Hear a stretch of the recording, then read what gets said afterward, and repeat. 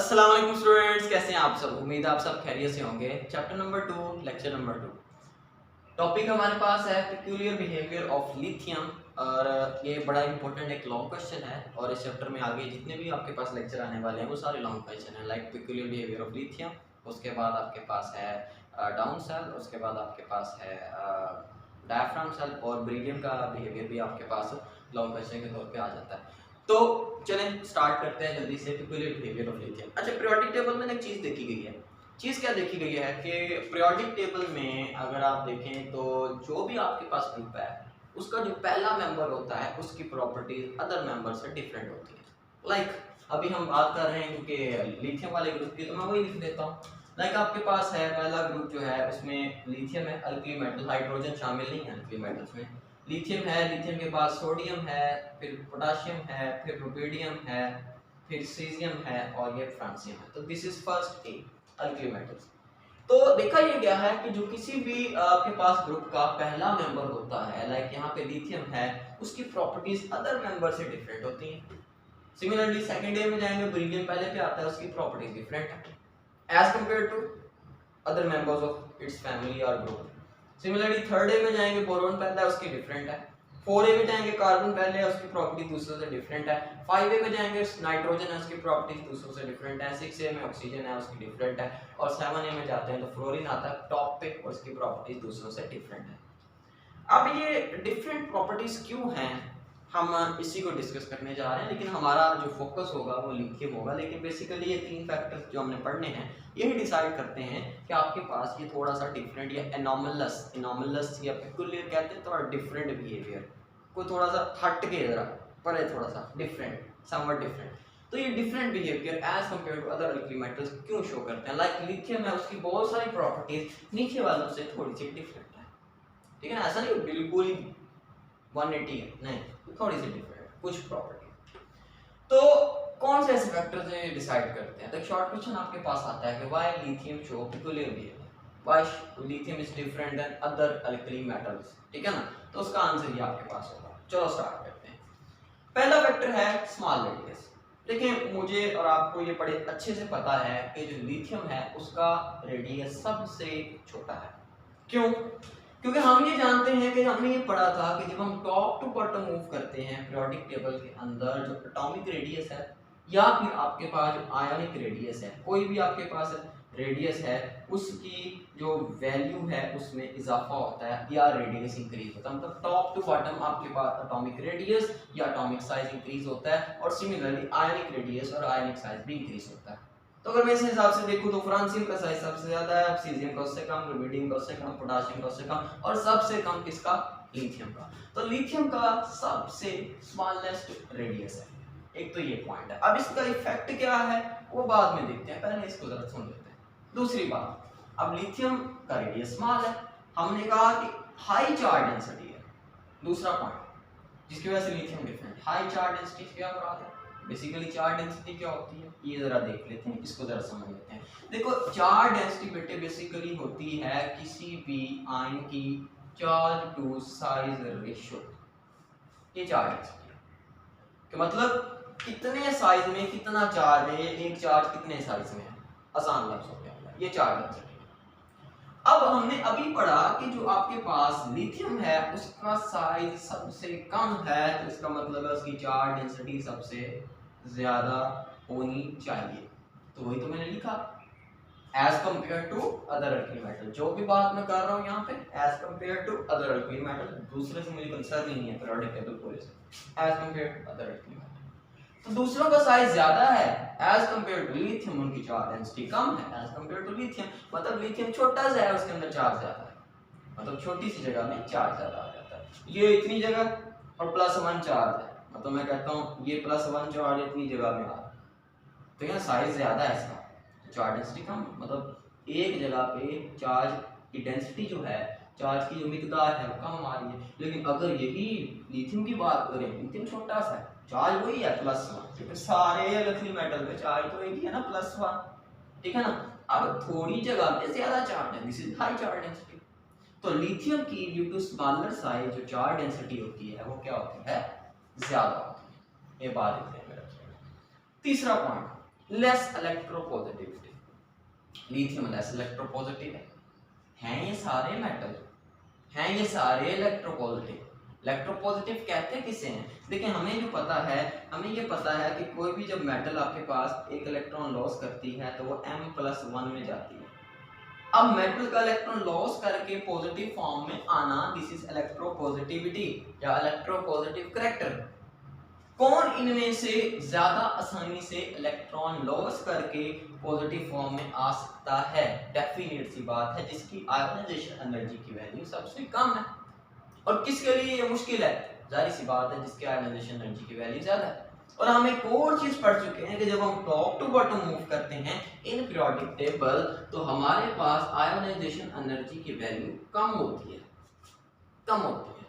तो मतलब देखा जाए तो सबसे कम आयोनाइजेशन एनर्जी की वैल्यू फ्रांसियम की है और सीजियम की है, और सबसे ज्यादा लिथियम की। मतलब लिथियम के लिए इलेक्ट्रॉन लॉस करना मुश्किल है, ठीक है ना। अगर मैं इलेक्ट्रोपॉजिटिविटी का रिलेशनशिप लिख दूं, इलेक्ट्रोपॉजिटिविटी का या इलेक्ट्रोपॉजिटिव करैक्टर का रिलेशनशिप लिख दूं with ionisation energy, that will be inversely proportional.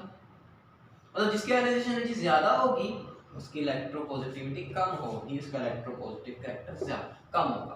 तो अगर मैं लिथियम की बात करूं तो इस ग्रुप के अंदर इसकी आयोनाइजेशन एनर्जी की वैल्यू सबसे ज्यादा, ठीक है ना। समझ आती है बात। मतलब लिथियम इतनी आसानी से इलेक्ट्रॉन लॉस नहीं करता as compare to other organic metal जैसे वो करते हैं, ठीक है। अच्छा अब दूसरी चीज, ऐसे नहीं समझ आता है, एक और तरीका समझने का, इलेक्ट्रोनेगेटिविटी समझ लो। जाहिर सी बात है जो चीज ज्यादा इलेक्ट्रोनेगेटिव है वो लेस इलेक्ट्रोपॉजिटिव है। इलेक्ट्रोनेगेटिविटी का भी अगर ट्रेंड देखूं तो हमने पढ़ा है कि जब हम टॉप टू बॉटम मूव करते हैं इलेक्ट्रोनेगेटिविटी की वैल्यू कम होती है।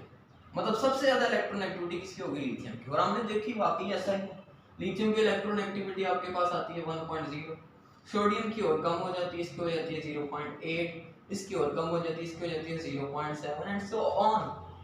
तो इस हिसाब से भी अगर देखा जाए तो लिथियम जो है वो लेस इलेक्ट्रोपॉजिटिव ही बनता है। अब क्वेश्चन इज दैट सर ये साइज कम क्यों है, चार्ज डेंसिटी ज्यादा क्यों है, इलेक्ट्रॉन लॉस करना मुश्किल क्यों है और इलेक्ट्रोपॉजिटिविटी कम क्यों है? तो इसकी एक लाइन में आपकी बुक ने इसको एक्सप्लेन कर दिया, बड़ी अच्छी लाइन है। क्या आपकी बुक कहती है? चलो मैं जरा समझाता हूँ आपको। देखो बेटा लिथियम की इलेक्ट्रॉनिक कॉन्फ़िगरेशन क्या होती है? होती है 1s2 2s1, पहले शेल में 2 अगले में 1 इलेक्ट्रॉन। चलो अब इसको मैं जरा ड्रा कर देता हूँ। देखो ये है लिथियम का न्यूक्लियस, इसके अंदर हैं 3 प्रोटॉन, और ये लिथियम का पहला शेल, इसके अंदर हैं 2 इलेक्ट्रॉन, और ये लिथियम का दूसरा शेल, इसके अंदर है 1 इलेक्ट्रॉन। अब ऐसा है कि लिथियम का जो न्यूक्लियर चार्ज है वो +3 है और अच्छा खासा है। और आपको पता है बड़े अच्छे तरीके से कि जो आपके पास न्यूक्लियस होता है वो आपके पास आउटर मोस्ट इलेक्ट्रॉन को अपनी तरफ अट्रैक्ट करता है। अब अगर मैं लिथियम की बात करूं तो लिथियम के अंदर सिर्फ और सिर्फ ये 2 इलेक्ट्रॉन जो अंदर वाले शेल में आ रहे हैं ये शील्डिंग इफेक्ट काज कर रहे हैं। मतलब ये बाहर वाले इलेक्ट्रॉन को न्यूक्लियस की फोर्सेस से बचाना चाहते हैं, मतलब शील्डिंग इफेक्ट कर रहे हैं, लेकिन ये 2 इलेक्ट्रॉन कितना को शील्ड कर लेंगे? मतलब अगर मैं ओवरऑल बात करूं तो लिथियम के अंदर ये जो न्यूक्लियर चार्ज होता है, ये जो न्यूक्लियर चार्ज होता है ये आपके पास जो है, न्यूक्लियर चार्ज को NC से शो कर रहा हूँ, ये थोड़ा सा ज्यादा है और ये पावरफुल है, जिसकी वजह से ये आउटर मोस्ट इलेक्ट्रॉन को बड़ी ज्यादा पावर से अपनी तरफ अट्रैक्ट करता है। और उस अट्रैक्शन की वजह से क्या होता है? लिथियम का साइज स्मॉलर ही रहता है, वो छोटा हो जाता है, स्मॉल साइज इस वजह से। लेकिन अगर मैं दूसरे सोडियम में बात करूंगा, देखो सोडियम के अंदर 2 शेल आ जाएंगे, वो ज्यादा शील्डिंग इफेक्ट है तो न्यूक्लियर चार्ज वीक हो गया, साइज कैसे कम होगा? पोटेशियम के अंदर और शेल आ जाएंगे, शील्डिंग इफेक्ट बढ़ता जाएगा। तो आपके पास आपकी बुक ने लिखा है कि लिथियम के अंदर सिर्फ और सिर्फ 2 इलेक्ट्रॉन है इनर शेल के जो शील्ड करने की कोशिश कर रहे हैं, और that is not enough shielding. तो nuclear charge is powerful, nuclear charge powerful है, जिसकी वजह से इलेक्ट्रॉन अपनी तरफ खींच लेते हैं। और देखो साइज कम हो गया तो डेफिनेट सी बात है बेटे चार्ज डेंसिटी भी अब थोड़ी सी जगह में वही चार्ज है। और अगर सोडियम की बात करूँ, सोडियम कितना है? ज्यादा जगह में वही चार्ज है, तो उसकी चार्ज डेंसिटी कम होगी, ठीक है। और लेस इलेक्ट्रोपॉजिटिव। अब देखो जब ये न्यूक्लियस इस इलेक्ट्रॉन को पकड़ के बैठा हुआ, जाने नहीं दे रहा, तो वो कैसे इलेक्ट्रॉन लॉस होगा? तो कैसे ही इलेक्ट्रोपॉजिटिव ज़्यादा होगा। तो ये 3 पॉइंट्स आप देखेंगे आगे किस तरह से अप्लाई होते हैं, आगे हमारे पास उसके डिफरेंट बिहेवियर उनको एक्सप्लेन करने में। लेकिन बेसिकली ये 3 पॉइंट्स ही आपके पास डिसाइड करते हैं कि लिथियम को डिफरेंट बिहेव करना है, इसको ज़रा अपना नखरा रखना है। अब ये किस तरह से काम आएगा उसको तुम आगे देखेंगे अप्लाई कर करके, ठीक है। आई होप यहाँ तक आपको ये क्लियर होगा। अब आते हैं अपने मेन जो बिहेवियर जो ये डिफरेंट शो करता है उस पर। पहला पॉइंट है आपकी बुक में फिजिकल नेचर। बुक ने क्या लिखा हुआ है, मैं बुक की रीड भी करता जाता हूँ चलें, कि lithium is much harder and lighter than other alkali metal. मतलब लिथियम हार्डर है, लिथियम लाइटर है, हार्ड बड़ा है। देखो बेटे एक सिंपल सी बात है, अगर कोई चीज कॉम्पैक्ट है, साइज उसका कम है और कॉम्पैक्ट है, तो इसका एक ही मतलब है कि वो हार्ड है। तो आपके पास जो आप लिथियम है वो हार्डर इसी वजह से है, ड्यू टू स्मॉलर साइज। उसका जो साइज है वो कम है और उसकी जो आपके पास स्ट्रक्चर है वो कॉम्पैक्ट है, तो इसका हार्ड होना बनता है। लेकिन as compare to other alkali metal, ऐसा नहीं लिथियम को मैंने कहा कि ये हार्डर है तो इसका मतलब है जी लिथियम जो है उसको हम पत्थर मार वाले जो मर्जी कर ले डूबने वाला नहीं। As compare to sodium, sodium soft है बड़ा, उसको मैं ऐसे ही रख के अपनी पीछे से भी लगा कर सकता हूँ। लिथियम को करते मुझे ज़्यादा जोर लगाना पड़ेगा, ठीक है ना। पोटाशियम करना और इसान ऐसे कर लो, और मीडियम चीज़ों को हाथ लगाओ, चलो जी तोड़ लिया। तो as compare to other alkali metal, मैंने शुरू में कहा जो भी मैं बात करूंगा as compare to other alkali metals. तो लिथियम हार्डर है, लिथियम लाइटर भी है। लाइटर क्यों है भाई? लिथियम का साइज सॉरी आपके पास जो मास है वो सबसे कम है, लिथियम 3 है। तो मुझे एक चीज पता है, डेंसिटी होती है मास पर यूनिट वॉल्यूम। अगर लिथियम का मास सबसे कम है तो उसकी डेंसिटी भी सबसे कम। अगर उसकी डेंसिटी कहते हैं किसे, डेंसिटी कहते हैं बारीकपन को। अगर मेरा बेटा उसकी डेंसिटी कम है तो इट मस्ट बी लाइटर, उसको हल्का होना चाहिए। चलो लाइटर लिखा हुआ है, हल्का होना चाहिए, डेंसिटी होती बारीकपन। तो अगर लिथियम का मास कम है तो उसकी डेंसिटी भी कम होनी चाहिए। समझ आ रही है बात? अच्छा, तो अब आपके पास ये हो गया पहला पॉइंट। चलो आगे चलते हैं। ये बड़ा ही इंपॉर्टेंट पॉइंट है, बड़ा ही इंपॉर्टेंट पॉइंट है। मैंने इसको हेडिंग नंबर 2 कहा है, और लिथियम साल्ट ऑफ एनाइन। देखें एक मुझे जो बात पता है वो ये पता है कि लिथियम साल्ट बनाएगा। क्यों बनाएगा लिथियम साल्ट? देखें लिथियम एक मेटल है, लिथियम क्या है? एक मेटल है। और जब भी मैं किसी मेटल की बात करूंगा तो लिथियम आपके पास हमेशा एक इलेक्ट्रॉन लॉस करके पॉजिटिव आयन या केटायन की फॉर्म में ही मुझे मिलेगा। ये तो कंफर्म। चलो, तो इसका मतलब है अगर ये मेटल है और ये केटायन की फॉर्म में रहना पसंद करता है तो ये किसी न किसी एनायन के साथ मिलेगा और एक आयनिक कंपाउंड बनाएगा जिसे मैं साल्ट कहता हूं। समझ आती है? अच्छा, अब एनायंस दो तरह के हो सकते हैं। एक एनायन वो जिनकी हाई चार्ज डेंसिटी है, लिथियम तो वही बेचारा छोटा सा पड़ा हुआ है, और एक एनायन वो जिनकी लो चार्ज डेंसिटी है। अच्छा, अब चार्ज डेंसिटी का रिलेशनशिप किसके साथ है? साइज के साथ। चलो मैं अलग लिख देता हूँ, अलग लिख देता हूँ कि मुझे क्या पता है कि अगर मैं कह रहा हूँ किसी चीज की चार्ज डेंसिटी हाई है, हाई है, तो मुझे पता है चार्ज डेंसिटी डिपेंड करती है चार्ज टू साइज रेशियो पे। तो इसका मतलब है कि आपके पास जिस एनायन की मैं बात कर रहा हूँ अगर उसकी चार्ज डेंसिटी ज़्यादा है तो उसका साइज क्या है? कम। मतलब लिथियम के साथ उन एनायंस के साथ जिनकी चार्ज डेंसिटी ज़्यादा है, साइज कम है। और दूसरा anions with low charge density. Low charge density से क्या मुराद होगा? फिर लिख देता हूँ कि चार्ज डेंसिटी अगर मैं कह रहा हूँ कि एनायंस की आपके पास क्या है? लो है, तो उसका मतलब है ऐसे एनायंस की बात हो रही है कि जिनका साइज जो है वो ज़्यादा है। बेसिकली बुक के अंदर ये वाला जो पॉइंट है ये पॉइंट नंबर 2 है, और ये वाला आई थिंक पॉइंट नंबर 5 है। जी बिल्कुल पॉइंट नंबर 5 है, ठीक है। अच्छा, अब इसको डिस्कस करते हैं। मैं इसको इकट्ठा लिखता हूँ, बुक में ये पॉइंट नंबर 5 है वैसे, मैं इसको इकट्ठा लिखता हूँ क्योंकि इससे समझना आसान हो जाता है। अब इससे पहले कि हम इसको पढ़ें और आगे चलें, हम एक चीज़ समझ लेते हैं। देखिए याद रखिएगा, एक बड़ी सिंपल सी, एक बड़ा सिंपल सा फंडा है। जब दो आयंस आपस में मिलते हैं, पॉजिटिव और नेगेटिव मिलेंगे, तारी सी बात है। अगर तो उनका साइज कंपेयरेबल है, यानी क्या बराबर है, कंपेयरेबल है, मतलब एक अगर थोड़ा बहुत फर्क आ भी गया ओके, अगर तो उनका बेटे साइज कंपेरेबल है तो इसका ये मतलब है कि उनके दरमियान जो बॉन्डिंग होगी वो अच्छी होगी, अच्छी लेटेस्ट बनाएंगे, अच्छी बॉन्डिंग करेंगे, अच्छे स्ट्रक्चर बनाएंगे और स्टेबल भी होंगे और उनको तोड़ना भी मुश्किल होगा। समझ आती है बात? लेकिन अगर एक एनायन ऐसे इतना बड़ा है और दूसरा केटायन बेचारा छोटा सा है तो उनके दरमियान आपका क्या ख्याल है, अच्छा बॉन्ड बनेगा? नहीं, बिल्कुल नहीं। तो इसका मतलब ये है कि आयंस अगर मिलते हैं और अगर उनका साइज कंपेरेबल है तो इसका एक ही मतलब है कि उनके दरमियान अच्छा बॉन्ड बनेगा, अच्छे कंपाउंड्स बनाएंगे, उनको तोड़ना मुश्किल होगा, मतलब वो स्टेबल होंगे। समझ आती? और अगर ऐसा नहीं होगा तो स्टेबल नहीं होंगे, वो बनेंगे ही नहीं। चलो अब आते हैं इस पॉइंट पे, इसको ध्यान में रखना। अब लिखा गया है आपकी बुक में कि anions with high charge density, अब सुनिए मैं पढ़ देता हूँ कि lithium salts of anion with high charge density are generally less soluble in water than those of other alkali metals। क्या कहा उसने कि लिथियम के जो साल्ट्स हैं एनायंस के साथ विद हाई चार्ज डेंसिटी वो लेस सॉल्युबल है, लेस सॉल्युबल। मैं लिख देता हूँ क्या कहा उनके बारे में कि वो साल्ट आपके पास क्या है, लेस सॉल्युबल है। अच्छा मुझे अभी मैंने एक पॉइंट कहा, देखो अगर बेटे मैं कह रहा हूँ कि हाई चार्ज डेंसिटी है 90, मतलब उसका साइज कम है, देखो लिथियम का भी तो साइज कम है, लिथियम कुछ छोटा सा, ये फिर दूसरा लिथियम, ये लिथियम आपका +1। अगर मैं इसके साथ एनाइन भी ऐसे ही लगा लूं कि जो कुछ छोटा साइज में, ये आपका पास एनाइन है, कोई भी एनाइन है, तो ये कंपेरेबल साइज हो गया, मतलब इनकी अच्छी खासी बॉन्डिंग होगी, मतलब इनकी जो आपके पास लेटेस्ट बनेगी या जिनका स्ट्रक्चर बनेगा वो बड़ा ही ज्यादा स्टेबल होगा, मतलब इनको तोड़ना मुश्किल होगा। तो बेटे जब इनको तोड़ना मुश्किल है तो ये लेस सॉल्युबल ही होंगे। सॉल्युबल तो वो होता है कि जिसको पानी में डाला उसके स्ट्रक्चर टूटे, बॉन्ड टूटे और वो पानी के साथ इंटरेक्शन करे।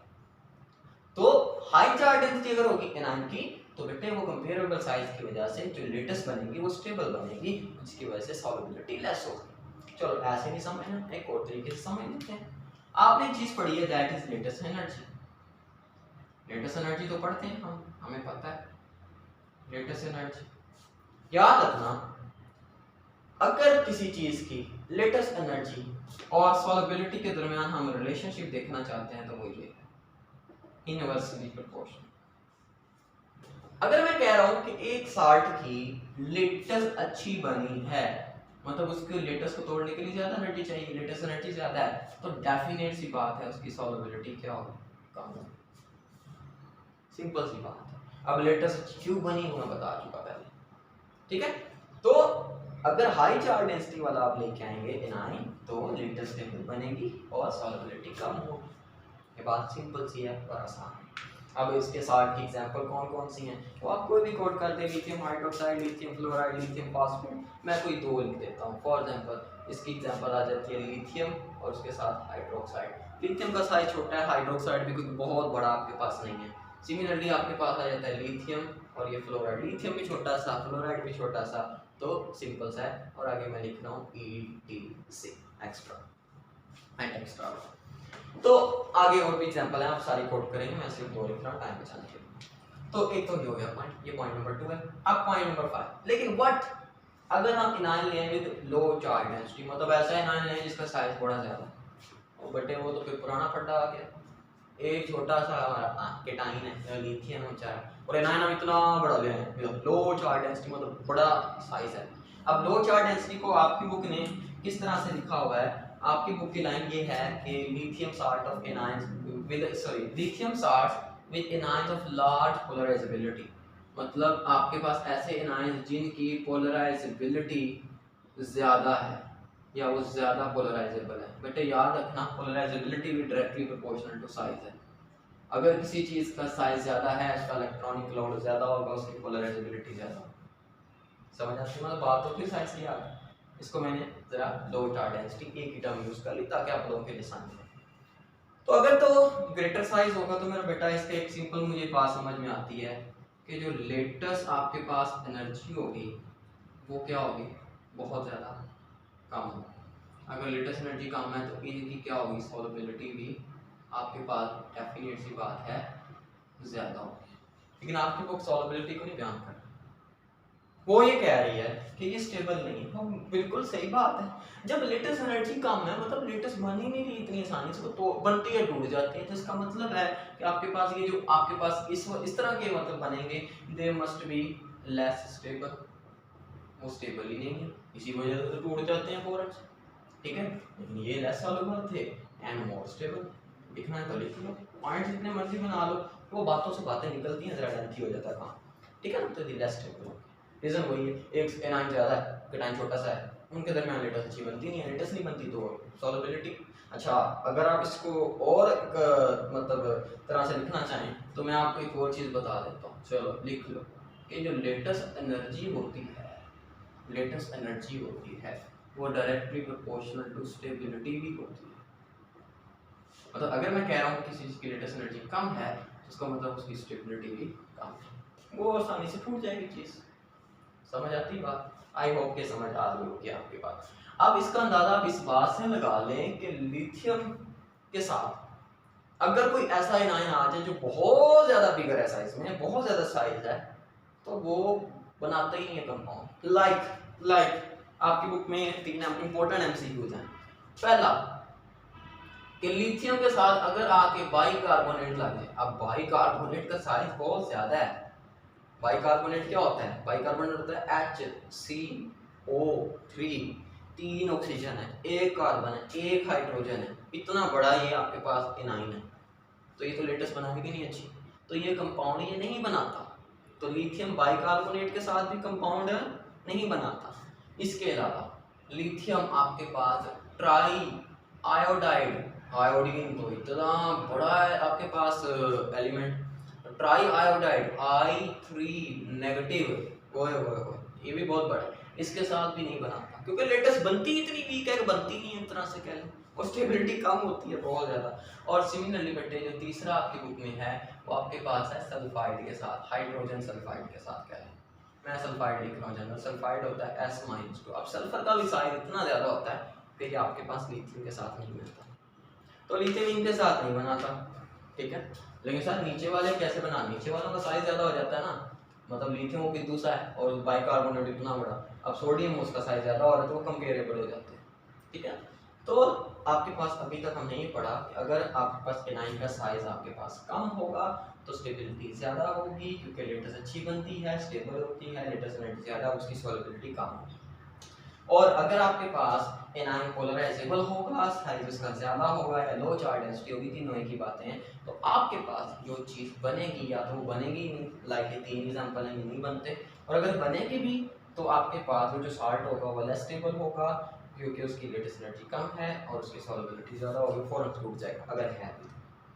तो ये आपके पास एक बड़ा ही इंपॉर्टेंट और ट्रिकी पॉइंट है, और मैं आपको ये हमेशा रिकमेंड करूंगा कि लॉन्ग क्वेश्चन जब भी है आपने ये 2 पॉइंट लास्ट में लिखने हैं।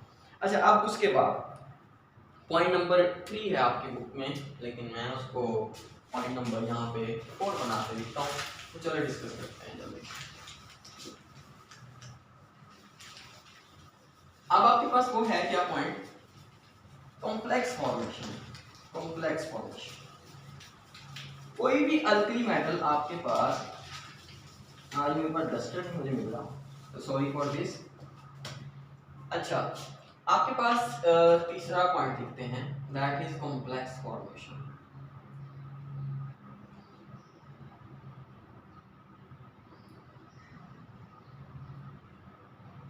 अच्छा, कोई भी अल्कली मेटल कॉम्प्लेक्स नहीं बनाता सिवाय लिथियम के। पहला तो क्वेश्चन ये है कि कॉम्प्लेक्स होते हैं, बट ये कॉम्प्लेक्स एक ऐसे मतलब कंपाउंड हैं, ये ऐसे आपके पास चीजें हैं कि जिसमें एक मेटल होता है, कोई भी मेटल होता है और वो मेटल सेंटर में होता है, और उस मेटल के साथ बहुत सारे दूसरे नेगेटिव आयंस ने या कोई भी ऐसी चीज ने जिसके पास इलेक्ट्रॉन हो एक्स्ट्रा, वो आके बॉन्ड बनाते हैं, उसको हम बोलते हैं लिगेंड। क्या बोलते हैं? लिगेंड।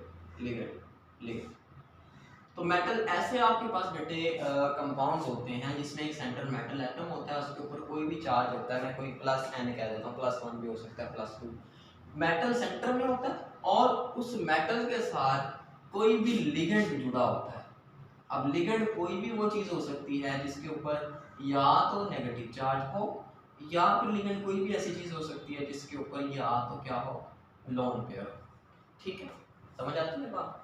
तो ऐसे ही जो अगर कंपाउंड बनता है आपके पास कि जिसमें एक मेटल सेंटर पे और उसके इर्द गिर्द बहुत सारे लिगेंड आके उसको इलेक्ट्रॉन डोनेट कर रहे हैं, इलेक्ट्रॉन क्या कर रहे हैं, डोनेट। और देखो जब ये आके इलेक्ट्रॉन इसको डोनेट करेगा तो ये बॉन्ड कौन सा होगा, ये बॉन्ड होगा आपके पास coordinate covalent bond, coordinate covalent bond. तो अगर मैं कॉम्प्लेक्सेस को डिफाइन करूं तो मैं ऐसे कहता हूं कि complexes are those compounds in which central metal atom, ठीक है, receive electron from ligands through coordinate covalent bond is called complex.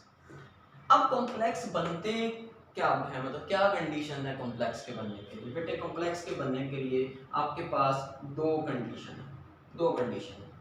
तो मैं यहाँ पे कंडीशन लिख देता हूँ, ये सिर्फ आपको समझाने के लिए, आप जो बुक में है वही लिखें, तो ताकि आपको ये क्लियर हो जाए ना कि लिथियम क्यों बनाता है तो बाकी क्यों नहीं बना रहे भाई।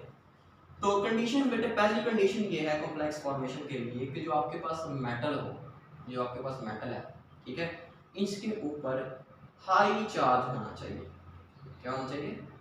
हाई चार्ज होना चाहिए, अच्छा खासा चार्ज होना चाहिए, ठीक है ना। अगर हाई चार्ज नहीं है तो वो नहीं करेगा काम। दूसरी बात, दूसरी कंडीशन ये है कि उस मेटल के पास वेकेंट ऑर्बिटल्स होने चाहिए, कोई खाली ऑर्बिटल्स होने चाहिए। जाहिर सी बात है जब ये लिगेंड्स आके या कोई भी स्पीशी आके इलेक्ट्रॉन डोनेट करेगी तो उसको रहने के लिए कोई जगह तो चाहिए। अब लिथियम कैसे कैसे कर लेता है, अब देखते हैं जरा। फॉर एग्जांपल एक कॉम्प्लेक्स यहाँ पे आपके पास है, उसको जरा करते हैं, बना के देखते हैं। लिथियम है आपके पास 3, तो इसका अगर मैं पहला ड्रा करूंगा तो ये आपके पास है 1s2, और दूसरा अगर मैं ड्रा करूंगा तो आपके पास ये आ गया 2s1।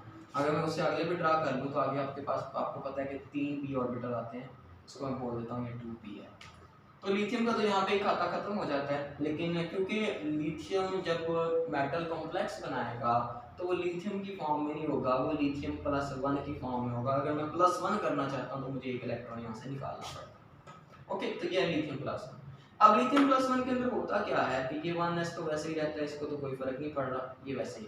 अब ये एक s और ये 3 p ऑर्बिटल मिलते हैं और क्या कर लेते हैं, हाइब्रिडाइजेशन, 1 2 3 4, 3 ऑर्बिटल ये और एक ये, तो ये मिलेंगे, क्या बनाएंगे, sp3 sp3 sp3 और sp3 ऑर्बिटल, ठीक है ना। अब ये लिथियम +1 है। अब बेटे आपके पास फॉर एग्जांपल कोई भी दूसरा लिगेंड आके इसको इलेक्ट्रॉन डोनेट कर सकता है, क्योंकि कंडीशन पूरी हो रही है। एक तो लिथियम पे चार्ज भी है और हाई चार्ज है, और हाई चार्ज डेंसिटी भी है, you know that, due to smaller size. और दूसरी कंडीशन भी पूरी हो रही है कि इसके पास वेकेंट ऑर्बिटल भी है, 1 2 3 4। अब फॉर एग्जांपल मैं इसको रिमूव करूँ, फॉर एग्जांपल बेटे अमोनिया आता है, अमोनिया, उसके ऊपर लोन पेयर है तो वो अपने दोनों इलेक्ट्रॉन इसको डोनेट कर लेता है। अब ये अमोनिया के इलेक्ट्रॉन, ठीक है, अमोनिया आता है, उसके पास लोन पेयर थे, वो दोनों इलेक्ट्रॉन इसको डोनेट कर लेता है। अमोनिया आता है, उसके पास 2 इलेक्ट्रॉन थे, ये दोनों इलेक्ट्रॉन इसको डोनेट कर देता है। अमोनिया आता है, उसके पास 2 इलेक्ट्रॉन थे, वो दोनों इलेक्ट्रॉन इसको डोनेट कर देता है। तो ये आपके पास देखें एक मेटल है और उसको आके डिफरेंट स्पीशीज जिनके पास इलेक्ट्रॉन है, चाहे वो लोन पेयर की फॉर्म में या नेगेटिव चार्ज की फॉर्म में, उसको डोनेट कर दिया। तो आपके पास लिथियम इस तरह से एक कॉम्प्लेक्स बनाता है जिसे हमने क्या नाम दिया हुआ है, आपकी बुक में इसको लिखा होगा आप इस तरह से, लिथियम NH3 4 और ये हो गया +1।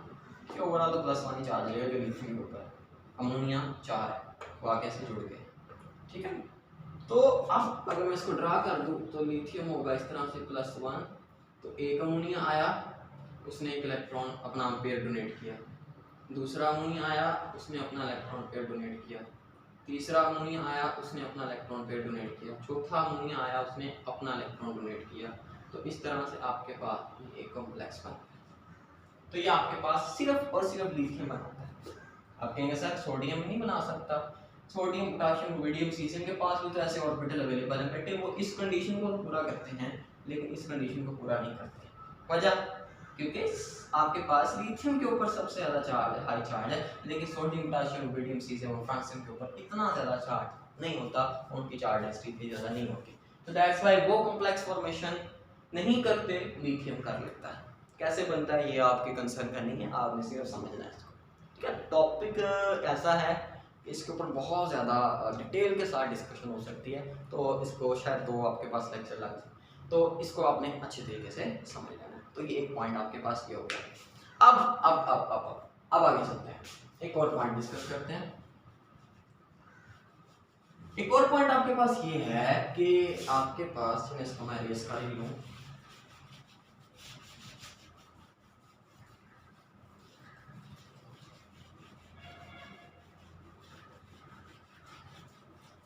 अच्छा अगला पॉइंट आपके पास ये है कि लिखा हुआ है रिएक्टिविटी, पॉइंट बना लें रिएक्टिविटी। रिएक्टिविटी आपकी बुक में पॉइंट नंबर होगा 5 मेरा ख्याल है, नहीं 4। रिएक्टिविटी विद वाटर, या रिएक्टिविटी कह लें या रिएक्शन विद वाटर कह लें, चलें रिएक्शन विद वाटर। अच्छा अब ऐसा है कि जो लिथियम है वो भी वाटर के साथ रिएक्शन करता है, और जो आपके पास सोडियम पोटाशियम रुबिडियम सीजन है वो भी वाटर के साथ रिएक्शन करते हैं। अब लिथियम रिएक्शन करेगा तो लिथियम का हाइड्रोक्साइड बनाएगा, सोडियम रिएक्शन करेगा वो भी सोडियम का हाइड्रोक्साइड बनाएगा। अगर मैं इसको कहने के बैलेंस करता हूँ तो फिर आपके पास इक्वेशन बैलेंस कर देंगे, लेकिन अभी जरा समझ लें बस। देखो लिथियम वाटर के अंदर जाता है, रिएक्शन करता है, सोडियम रिएक्शन करता है, लेकिन बेटे जो सोडियम पोटाशियम रुबिडियम सीजियम और फ्रांसियम है ये बड़ा ही विगोरसली रिएक्शन करते हैं, विगोरसली कह लें, वायलेंटली कह लें, ये बहुत अग्रेसिवली रिएक्शन करते हैं और हीट पैदा करते हैं और आग लग जाती है, क्योंकि हाइड्रोजन गैस प्रोड्यूस होती है इस प्रोसेस में। मतलब जब ये वाटर के साथ रिएक्शन करते हैं तो आपके पास हाइड्रोजन गैस रिलीज करते हैं और रिएक्शन जो होता है बहुत ज़्यादा विगोरसली होता है वाटर के साथ। लेकिन बेटे लिथियम का रिएक्शन जो है वाटर के साथ कोई विगोरसली नहीं है, आराम से रिएक्शन करता है। तो ऐसा क्यों? इसकी रीज़न क्या है? इसकी रीज़न आपको अगले पॉइंट के अंदर पता चलेगी, दैट इज रिएक्टिविटी। देखो सिंपल सी बात है, वाटर के साथ सबसे ज़्यादा तेज़ी से विगोरसली वो रिएक्शन करेगा जो ज़्यादा रिएक्टिव होगा। अब अगर रिएक्टिविटी की बात करें तो देखो मेटल कौन सा ज़्यादा रिएक्टिव होता है, याद रखना मेटल के अंदर क्वालिटी होती है कि अपना इलेक्ट्रॉन लॉस करता है और M+1 की फॉर्म में आ जाता है, कोई भी मेटल इलेक्ट्रॉन लॉस करेगा। तो जो मेटल जितनी ही आसानी से इलेक्ट्रॉन लॉस करेगा वो उतनी आसानी से आगे इलेक्ट्रॉन देगा और रिएक्शन करेगा। मतलब रिएक्टिविटी डिपेंड करती है इलेक्ट्रॉन के लॉस करने पे। अगर मैं इलेक्ट्रॉन के लॉस की बात करूं तो वो बेसिकली क्या है, आयनाइजेशन एनर्जी। मतलब जिसकी आयनाइजेशन एनर्जी की वैल्यू लो होगी, बट सिंपल सी बात है उसकी जो रिएक्टिविटी है वो ज्यादा होगी, ज्यादा। तो अगर मैं देखूं यहाँ पे पीरियोडिक टेबल में तो सीजियम की आयनाइजेशन एनर्जी वैल्यू सबसे कम है, तो सबसे ज्यादा जो रिएक्टिव है वो सीजियम है, और सबसे ज्यादा जो वाटर के साथ तेजी से रिएक्शन करता है वो भी सीजियम है।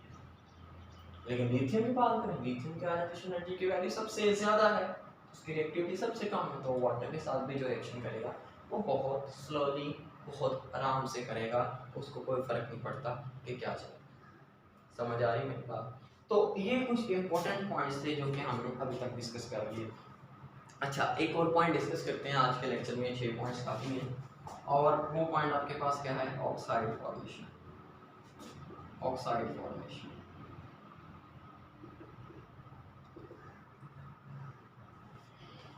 देखिए एक चीज सिंपल याद रखिएगा कि लिथियम जब ऑक्सीजन के साथ रिएक्शन करता है तो लिथियम नॉर्मल ऑक्साइड बनाता है, और जो नॉर्मल ऑक्साइड होता है उसमें ऑक्सीजन की जो ऑक्सीडेशन स्टेट होती है वो -2 होती है। लेकिन अगर मैं बात करूं दूसरे अल्कली मेटल्स की जिनको मैं M से शो कर रहा हूं, बेटे वो आपके पास पर ऑक्साइड भी बनाते हैं। पर ऑक्साइड के अंदर ऑक्सीडेशन स्टेट ऑक्सीजन की -1 होती है, वो आपके पास सुपर ऑक्साइड भी बनाते हैं। सुपर ऑक्साइड्स के अंदर ऑक्सीडेशन स्टेट होती है -1/2 या 0.5, लेकिन लिथियम क्या नॉर्मल ऑक्साइड बनाता है। अब उसके reason once again size, once again high charge density. देखो जब आपके पास लिथियम +1 वाटर ऑक्सीजन को अप्रोच करता है, ऑक्सीजन के साथ रिएक्शन करेगा ना, तो उसके ऊपर जो चार्ज है वो इतना स्ट्रॉन्ग है, वो इतनी अच्छी उसकी चार्ज डेंसिटी है कि ये ऑक्सीजन को अपनी तरफ अट्रैक्ट इतनी स्ट्रांगली और इतनी खूबसूरती से करता है कि इसको अपने साथ फ़ौरन से मिला देता है और दूसरे ऑक्सीजन को आने का मौका ही नहीं मिलता। और ये जैसे ही आपके पास जो 2 लिथियम आते हैं वो इसको घेरते हैं और इस तरह से इसको घेरते हैं कि ये फ़ौरन से मिलके LiO2 बना देते हैं। मतलब इस ऑक्सीजन को दूसरे ऑक्सीजन के साथ मिलने का मौका ही नहीं मिलता कि किसी और के साथ वो पंगा ले, नहीं।